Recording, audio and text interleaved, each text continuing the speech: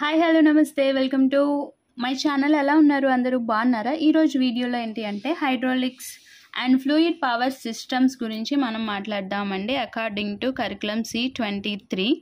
ఓకేనా? ఆల్రెడీ మనకి time table అనేది రిలీజ్ అయింది కాబట్టి సెకండ్ ఎగ్జామ్ హైడ్రాలిక్సే కాబట్టి ఇక్కడ ఏంటి అంటే మనకి ఇక్కడ సబ్జెక్ట్ కోడ్ ఎలా అయితే ఉందో సేమ్ అలానే టైం టేబుల్ అనేది ఇచ్చేశారు. ఓకేనా?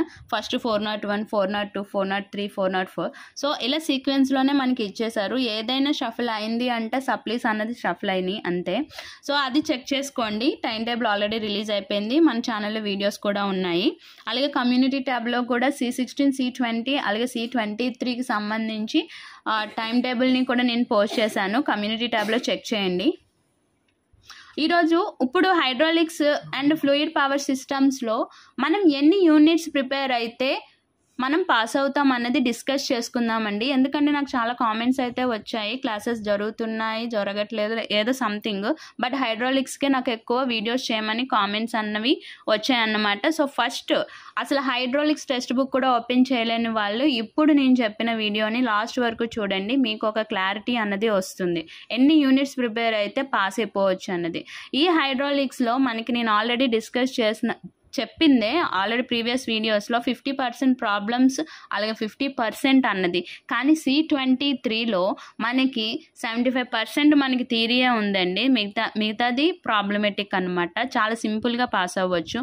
మినిమం 2 యూనిట్స్ ప్రిపేర్ అయినా, పర్ఫెక్ట్గా 2 యూనిట్స్ ప్రిపేర్ అయినా కూడా మనకి పాస్ పర్సంటేజ్ అంటే పాస్ అవ్వడానికే నేను చెప్తున్నానండి.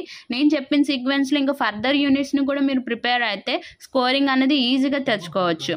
ఓకేనా? సో ఫస్ట్ మనం hydraulics and fluid power systems గురించి డిస్కస్ చేసే ముందు నాదొక చిన్న రిక్వెస్ట్ అండి. మన ఛానల్ని ఫస్ట్ టైం కనుక చూస్తున్నట్టయితే ప్లీజ్ అండి సబ్స్క్రైబ్ చేసుకోండి. అలాగే పక్కనే వచ్చిన బెల్ ఐకాన్ని కూడా ఓకే చేయండి.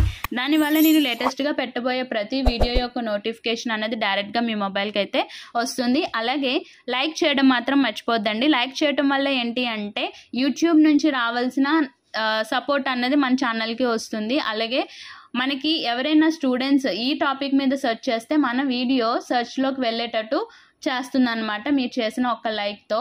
ఓకేనా? సో వీడియో అయితే స్టార్ట్ చేద్దాం.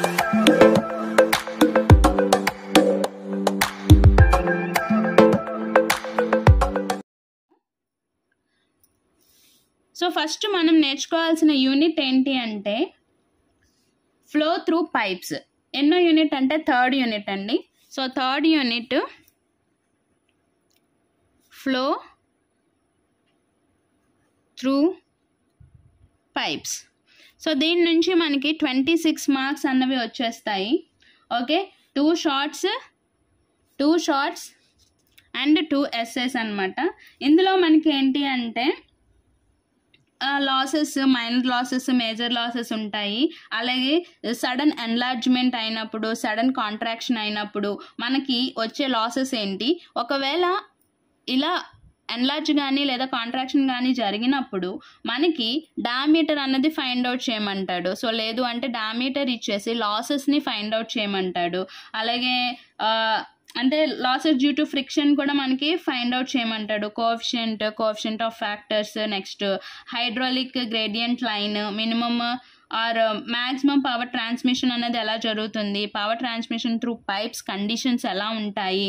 ఓకేనా? ఇలాంటివన్నీ కూడా మనం ఇందులో ఈజీగా చేసుకోవచ్చు. 26 మార్క్స్ అన్నది ఈజీగా తెచ్చుకోవచ్చు ఫ్లో త్రూ పైప్స్. నెక్స్ట్ యూనిట్కి వచ్చేసరికి మనం నేర్చుకోవాల్సింది 4th యూనిట్ అండి. ఓకేనా? 4th unit hydraulic machines. ఏంటి? Hydraulic machines.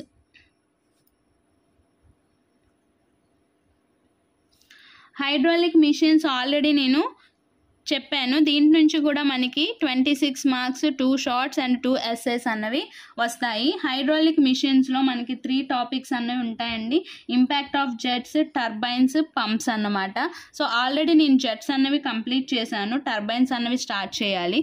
ఇందులో మనకి జెట్స్ అలాగే టర్బైన్స్ అండ్ పంప్స్ అన్నవి ఉంటాయి. ఓకే, ఈ 3 టాపిక్స్లో నుంచి మనం పర్ఫెక్ట్గా నేర్చుకుంటే మనకి ఈజీగా 26 మార్క్స్ అన్నవి వచ్చేస్తాయి అన్నమాట. ఓకే, సో మనకి ఈ 2 యూనిట్స్ నేర్చుకున్నా కూడా మనకి 52 మార్క్స్ అనేవి ఈజీగా వచ్చేస్తాయి. పర్ఫెక్ట్గా నేర్చుకోవాలి. ఏ క్వశ్చన్ అడిగినా మనం అటెంప్ట్ చేయగలగాలి, ఐదర్ షార్ట్స్ కానీ ఎస్ఐ కానీ. సో అంత పర్ఫెక్ట్గా నేర్చుకోవాలండి. ఈ రోజు నుంచి మీరు స్టార్ట్ చేసినా కూడా మీరు ఈజీగా పాస్ అవ్వచ్చు. ఓకేనా? సో మనకి నెక్స్ట్ యూనిట్ అంటే 52 నుంచే మనకి అంటే మనం ప్రిపేర్ అయినవే క్వశ్చన్ పేపర్లో వస్తాయన్న నమ్మకం మనకి లేదు కాబట్టి మనం సేఫ్టీగా ఇంకో యూనిట్ కూడా మనం నేర్చుకోవాలి. ఆ యూనిట్కి వచ్చేసరికి ఏంటి అంటే సెకండ్ యూనిట్ అండి. సెకండ్ యూనిట్ ఏంటి? Fluid dynamics. ఏంటి? Fluid dynamics. ఈ ఫ్లూయిడ్ డైనమిక్స్ నుంచి కూడా మనకి 26 మార్క్స్ అన్నవి వస్తాయి. 2 షార్ట్స్ అండ్ 2 ఎస్ఐస్. ఈ డైనమిక్స్లో మనకి ఏంటి అంటే study unsteady flow, next Bernoulli's equation, అలాగే పొటెన్షియల్ ఎనర్జీ ఫైండ్ అవుట్ చేయడం, కైనెటిక్ ఎనర్జీ ఫైండ్ అవుట్ చేయడం, నెక్స్ట్ బెర్నౌలీస్ ఈక్వేషన్స్, ఆ ఈక్వేషన్కి సంబంధించి మనకి ప్రాబ్లమ్ సాల్వ్ చేయటం. సో ఇలా నేర్చుకుంటే మీకు సరిపోతుంది. ఓకేనా? మీరు ఈ 3 యూనిట్స్ పర్ఫెక్ట్గా నేర్చుకుంటే పాస్ అన్నది గ్యారంటీ అవుతారు. పాస్ గ్యారంటీ అవుతారు. దీని తర్వాత మనం ఏ యూనిట్స్ నేర్చుకోవాలి అంటే ఫస్ట్ యూనిట్ అండి fluid statics. Okay, fluid statics నుంచి మనకి 16 మార్క్స్ అన్నవి వస్తాయి. 2 షార్ట్స్ అండ్ 1 ఎస్ఏ.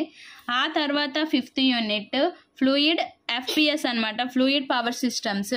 ఓకే, దీని నుంచి మనకి 16 మార్క్స్ వస్తాయి. 2 షార్ట్స్ అండ్ 1 ఎస్ఏస్.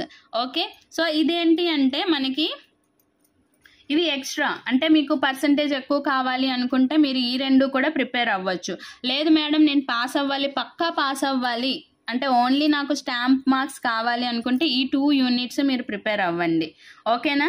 ఇందులో కూడా ఒక స్ట్రాటజీ ఉంది. లేదు నేను ప్రాబ్లమ్స్ ఎక్కువ చేయలేను లేదు అంటే ఈ ఫ్లూయిడ్ పవర్ సిస్టమ్స్ ఫుల్లీ మనకి థియరీ అండి. ఓకేనా? ఎఫ్పిఎస్ యూనిట్ అనేది ఫుల్లీ థియరీ. దీన్నైనా మీరు చూస్ చేసుకోవచ్చు. బట్ పక్కాగా అంటే ఈ ఫస్ట్ అంటే 3rd యూనిట్, 4th యూనిట్, అలాగే 2nd యూనిట్ అనేది మీరు పర్ఫెక్ట్గా నేర్చుకోవాలి.